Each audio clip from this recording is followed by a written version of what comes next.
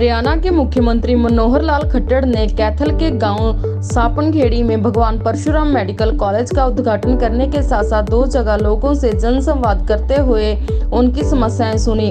इसके साथ साथ मुख्यमंत्री ने गांव की 40 ग्राम पंचायतों की समस्याओं को सुनते हुए उन्हें समस्याओं के साथ समाधान का आश्वासन दिया।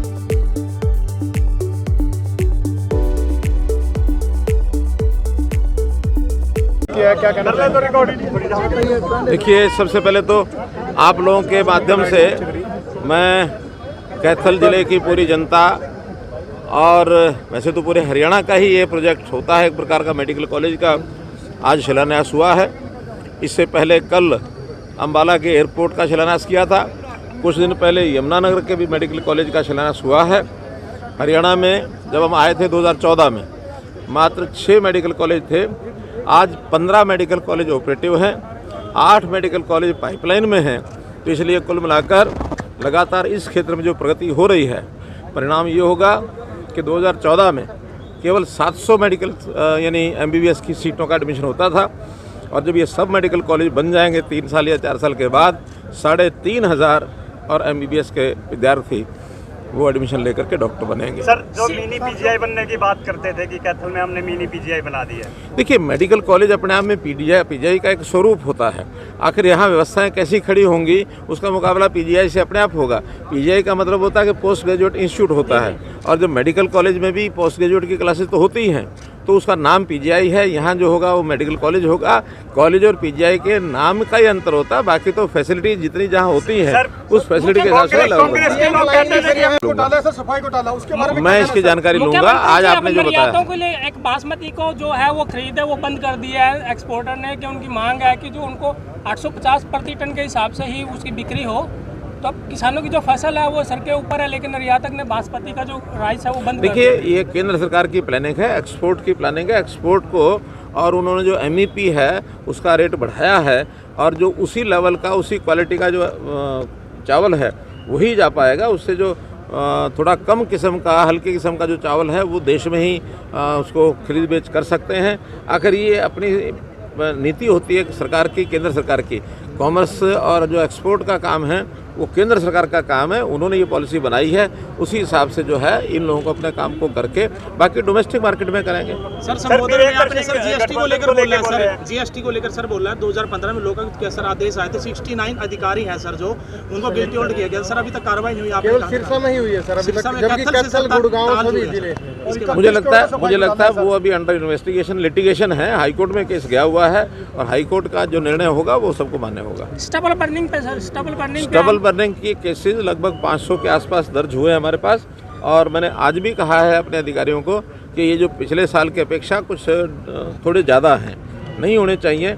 लेकिन दूसरी ओर ये भी हमें पता है कि अब स्टबल का यानी पराली का जो उपयोग है वो कमर्शियल उपयोग शुरू होना हुआ है। मैंने कैथल ज़िले में कई जगह देखा कि आज ढेर के ढेर स्टबल के वहाँ हैं, और लोग उसका कमर्शियल उपयोग कर रहे हैं। बेचने वालों को मुझे समझ नहीं आता, यानी जलाने वालों को समझ नहीं आता क्यों जला रहे हैं। आखिर जो बिक्री के लिए एक मार्केट ओपन है तो उनको बेचना ही चाहिए, जलाने का कारण नहीं है। फिर भी हम जानकारी लेंगे ऐसे किसानों को बेचने नहीं जलाने की नौबत क्यों आई है, नहीं जलने देंगे, और उनको समझाएंगे भी सही, और मान लो फिर भी नहीं मानते तो सख्ती कराएंगे। सर, कांग्रेस लगातार आरोप लगा रही है कि भ्रष्टाचार बहुत हरियाणा में हो रहा है सर, इसके बारे में आपका क्या कहना है सर? ये तो आप लोग जानते हैं कि उस समय 10 साल में क्या भ्रष्टाचार होता था, क्या नहीं होता था। नौकरियां भी बिकती थी। 10 लाख 20 लाख रुपए जब तक कोई नौजवान देता नहीं था तब तो नौकरी का उसको यानी उसकी तरफ देख भी नहीं सकता था। आज बिना खर्ची बिना पर्ची के अगर नौकरी मिलती है, मैं तो जनसंवाद में पूछता हूँ कि भी पिछले 10 साल में किसी ने कोई पैसा मांग भी लिया हो तो भाई आज बता दो, हम एक्शन लेते हैं। आज कोई भी व्यक्ति है अपना किसी ऑफिस में जाता है, किसी काउंटर पर जाता है, उसका तुरंत काम होता है। और ऑनलाइन सिस्टम का इतना लाभ हुआ है कि जब हमने ह्यूमन इंटरफेस कम कर दिया है तो प्रश्न ही नहीं होता इस प्रकार का भ्रष्टाचार का। लेकिन वो जो कोई विपक्ष है, नाम विपक्ष का वही होता है जो पक्ष का आलोचना करे। अगर पक्ष की आलोचना ना करे। धान सर लगातार मंडियों में पहुंच रही है, जबकि अलॉटमेंट सभी मिलों की पूरी हो चुकी है करीबन, तो बढ़ाने के लिए सर लगातार मांगे की जा रही है। क्या नहीं, अगर यानी धान हमारे पास आएगा तो हम उन मंडियों का जो कोटा है वो बढ़ाएंगे क्यों नहीं, यानी मिलों का कोटा बढ़ाएंगे। आखिर मिलों को तो सबको बराबर मिल जाए तो जितनी अनुमान होता है उस अनुमान के हिसाब से उसका कोटा तय किया जाता है। अनुमान के हिसाब से प्रोक्योरमेंट अगर हो रही है या ज़्यादा हो रही है तो उनका भी बढ़ा सकते हैं, या जिन जिलों में अभी कम प्रोक्योरमेंट हुई है उन जिलों में डाइवर्ट भी कर सकते हैं। लेकिन किसान का एक एक दाना जो है वो हम खरीदेंगे, उसको हम छोड़ेंगे नहीं।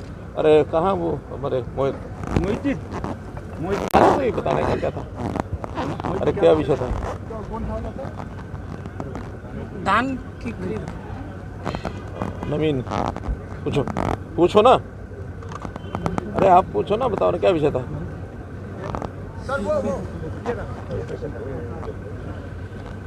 हाँ ठीक है, वो जो ग्रुप डी की अभी 21 और 22 तारीख को परीक्षा होनी है, तो हमने रोडवेज़ के हमारा जो ट्रांसपोर्ट विभाग है उनको ये निर्देश दे दिया है कि उनको सबको आने जाने का जो किराया है वो मुफ्त होगा, उसमें कोई किराया नहीं लगेगा। उनका जो कार्ड है, जो उनको एक एडमिट कार्ड मिलता है, उसी के ऊपर ये प्रिंट करके दे देंगे, और जिस दिन उसको परीक्षा देने जाना है उस डेट के आने और जाने का उसका कोई किराया ये नहीं लगेगा। ये जानकारी आपको सर आज बरसात हुई है और कैथल मंडी की अगर बात की जाए सर, शेड के कारण सर जो किसानों की जो धान बीज रही है सर, कोई व्यवस्था सर जल्दी की जाएगी? देखिए अभी आज 2 नए शेड का शिलान्यास किया है।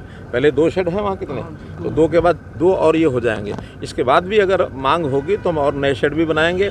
हम किसान की तकलीफ में हर समय उसके साथ खड़े हैं, और किसान के बारे में जो बिक्री का विषय है, कुछ लोगों ने बताया कि फसल ज़्यादा है, तो हम ये भी विश्वास दिलाते हैं कि उसका एक एक दाना ये खरीदा जाएगा।